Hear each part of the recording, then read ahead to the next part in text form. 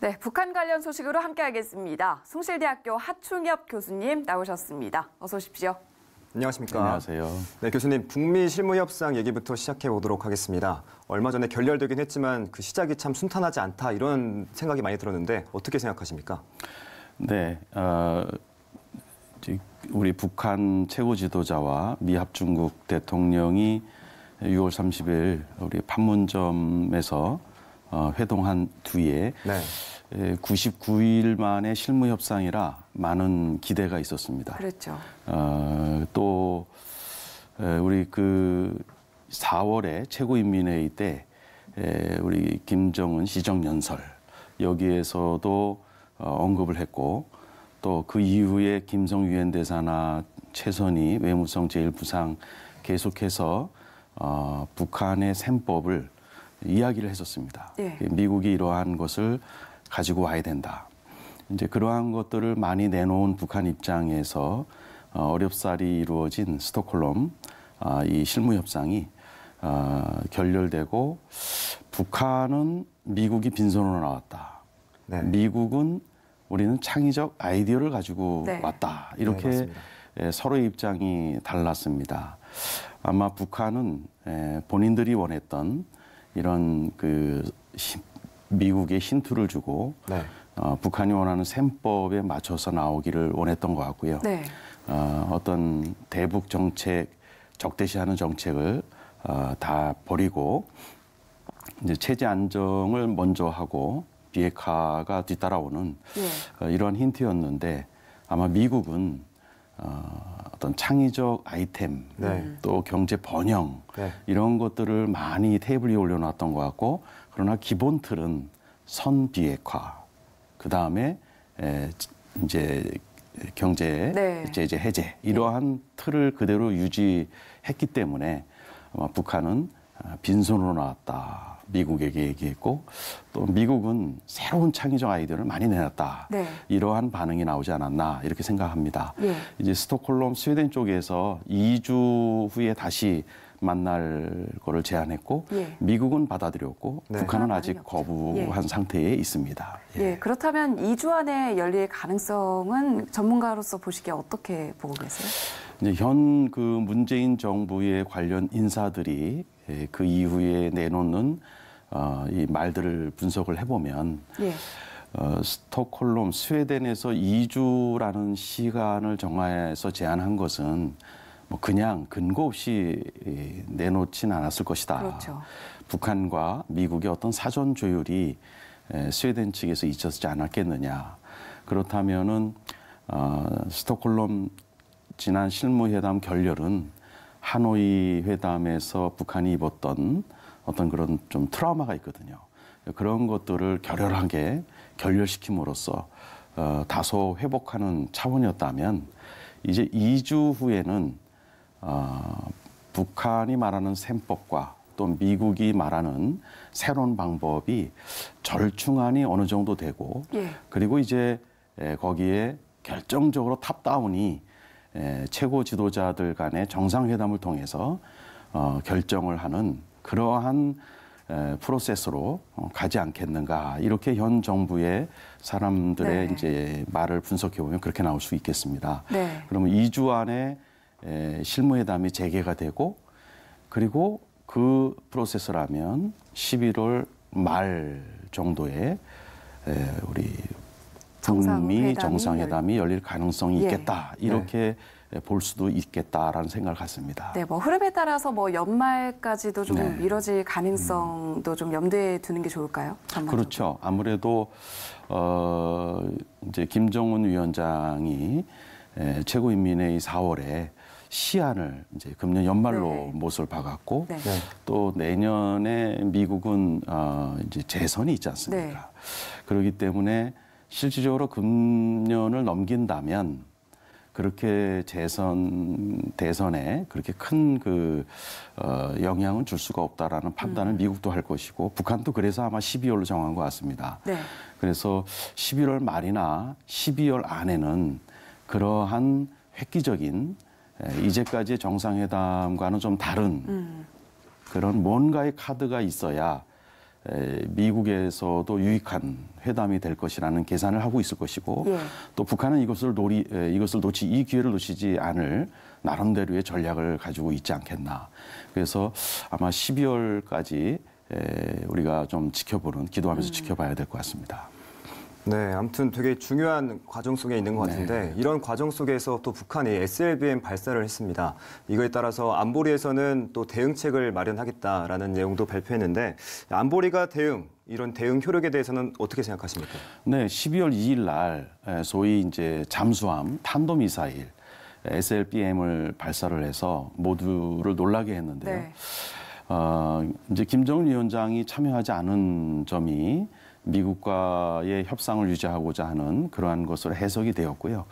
또 10월 7일 날 안보리 상임이사국들이 모여서 이것을 제재를 논의했는데 미국이 적극적으로 참여하지 않았고 예.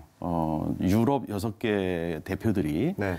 이러한 것에 대한 제재안을 발표를 했는데 제재위원회의 전문가들 그룹에서는 예. 미국의 이러한 흐름을 좀 비판적인 시각으로 봤습니다. 과연 이것이 제재의 효과가 있느냐. 네. 오히려 북한의 협상력만 높여주는 것이 아니냐. 그래서 유엔의 제재라는 것에 좀 정치적 요소를 떼고 네. 그리고 어떤 정치적 요소가 아닌 제재로 가야 실질적 효과가 있지 않겠냐. 이러한 제재 효력에 대한 의문을 표시하는 그러한 유엔 제재위원회 발언들이 있었습니다. 예, 일단 이런 전반적인 상황에 대해서 북한은 반발은 하고 있죠. 국제사회에서 압박을 하고 있으니까. 그리고 우리 측에 대한 비난도 이어가고 있는 상황인데 이런 흐름들은 어떻게 보고 계세요? 북한은 지금 통미봉남, 네, 맞습니다. 미국과는 통하고 남한과는 예. 이제 네. 문을 닫아놨습니다. 이런 입장에서 방송에서 얘기하기 거친 언어를 우리 문정부 쪽에 이렇게 쏟아냈고 또 우리 현 정부는 이것을 잘 관리하고자 아마 그러한 것에 개의치 않고 예를 들어서 SLBM 발사 시에도 우리 안보실장이 주재하는 네. 그 회의에 그쳤고 대통령 참여하지도 않았고 또 국방장관이 우리 국회에서도 이 DMZ 5km 바깥에서 일어나는 것에 대해서는 이 도발로 간주하지 않는 듯한 그런 발언을 해서 또 논란이 됐고 또 문 대통령께서도 100주년 체육대회에 가서 네. 2032년 남북 공동 올림픽을 개최하자. 네. 이렇게 우리 북한은 계속 우리 현 정부에 욕을 쏟아내고 있고 또 우리 현 정부는 이 모멘텀을 계속 어떻게든지 유지하고자 하는 이런 방향으로 가고 있는 것이 지금 현실인 것 같습니다. 네, 근데 이런 상황 속에서 북한이 탈선하지 않도록 관리하는 능력도 굉장히 중요할 것 같은데 교수님께서 말씀하신 것처럼 막말하는 북한의 모습 변할 수 있을까요? 어떻게 생각하십니까? 그렇게 변할 수는 없을 거라고 생각합니다. 예. 왜냐하면 북한은 한번 이제 남한과는 닫는다 이렇게 정책을 정하면 어느 부분은 열어주고 어느 부분은 닫고 이런 게 아니라 네. 닫으면 다 닫고 열면 다 열는 그러한 하나의 시스템이 돌아가기 때문에 네. 지금 이 기조, 통미봉남의 이 기조를 북한이 유지하는 한 그렇게 변화는 기대하기가 쉽지는 않을 것 같다는 생각이 듭니다. 네, 일단 이런 냉랭한 분위기 속에서 내일 평양에서 남북이 월드컵 예선 경기를 갖는데 앞서서도 소식을 전해드렸는데 이를 통해서 좀 분위기 반전을 꾀할 수 있을지 기대하는 목소리도 나오는데 어떻게 보십니까? 역시 마찬가지죠. 예. 스포츠도 하나의 영역인데 이것만 어떤 효과를 내는 이 또 대화의 소통의 창구에 열리는 시스템은 우리는 기대할 수 있지만 스포츠를 네. 통해서 그러나 북한 시스템상 이 스포츠만 또 남측과 소통의 문을 열어놓는 것은 북한 체제상 맞지가 않습니다. 예. 이것은 이제 올림픽, 카타르 올림픽, 2022년 올림픽 예선 경기 처음으로 남북한이 예선 경기를 치르는 것이거든요. 네. 물론 축구 경기는 아까 보도에도 있었지만 29년 만이지만 예. 그러나 월드컵 예선 경기는 처음입니다. 그래서 북한도 수용을 할 수밖에 없었고 이제 김일성 종합경기장에서 치르게 되는데요. 그 55명이 이제 방북을 하게 되는데 저는 이것은 그 자체로 의미가 있다고 봅니다. 왜냐하면 북한은 지금 다 닫아놓고 있는데 네. 그래도 55명이 들어간다라는 것은 북한의 틈이 그만큼 열리는 것이고 예. 우리 신학적으로 보면은 만물에는 틈이 있고 그 네. 틈에는 또 라이트 하나님의 거룩한 빛이 들어가게 돼 있다라고 얘기를 하고 있거든요. 예. 그래서 이렇게 봉쇄된 북한에 55명의 또 대한민국 또 여러 축구 관계자가 들어가는 것은 틈이 생기는 것이고 또 하나님의 거룩한 빛이 들어갈 수 있는 틈이라고 생각되기 때문에 이 자체로서도 의미가 있다고 봅니다. 네, 북미 정상회담 언급을 아까 해주셨는데 가시적인 변화를 예상해 볼 수 있을까라는 생각도 들고요. 또 이후에 한반도 정황, 또 상황은 어떻게 전망하시는지도 좀 궁금합니다. 네, 이제 북한은 지난번 10월 이제 초에 중국과 수교 70년을 이제 행사를 치르면서 네. 시진핑과 또 김정은 위원장이 서신을 교환했어요. 예. 정말 연애 편지처럼 그 전문을 읽어보면 네. 이 두 국가의 그 정상이 이런 편지를 주고받는 내용을 보면은 아주 너무 친한 그러한 것이 읽혀지거든요. 예. 아마 북한은 끊임없이 트럼프 미합 중국 대통령의 협상 테이블로 나오기 위해서 아주 약한 부분들을 급소를 자꾸 찌르는 벼랑 끝 전술을 네. 필 가능성이 많습니다. 네.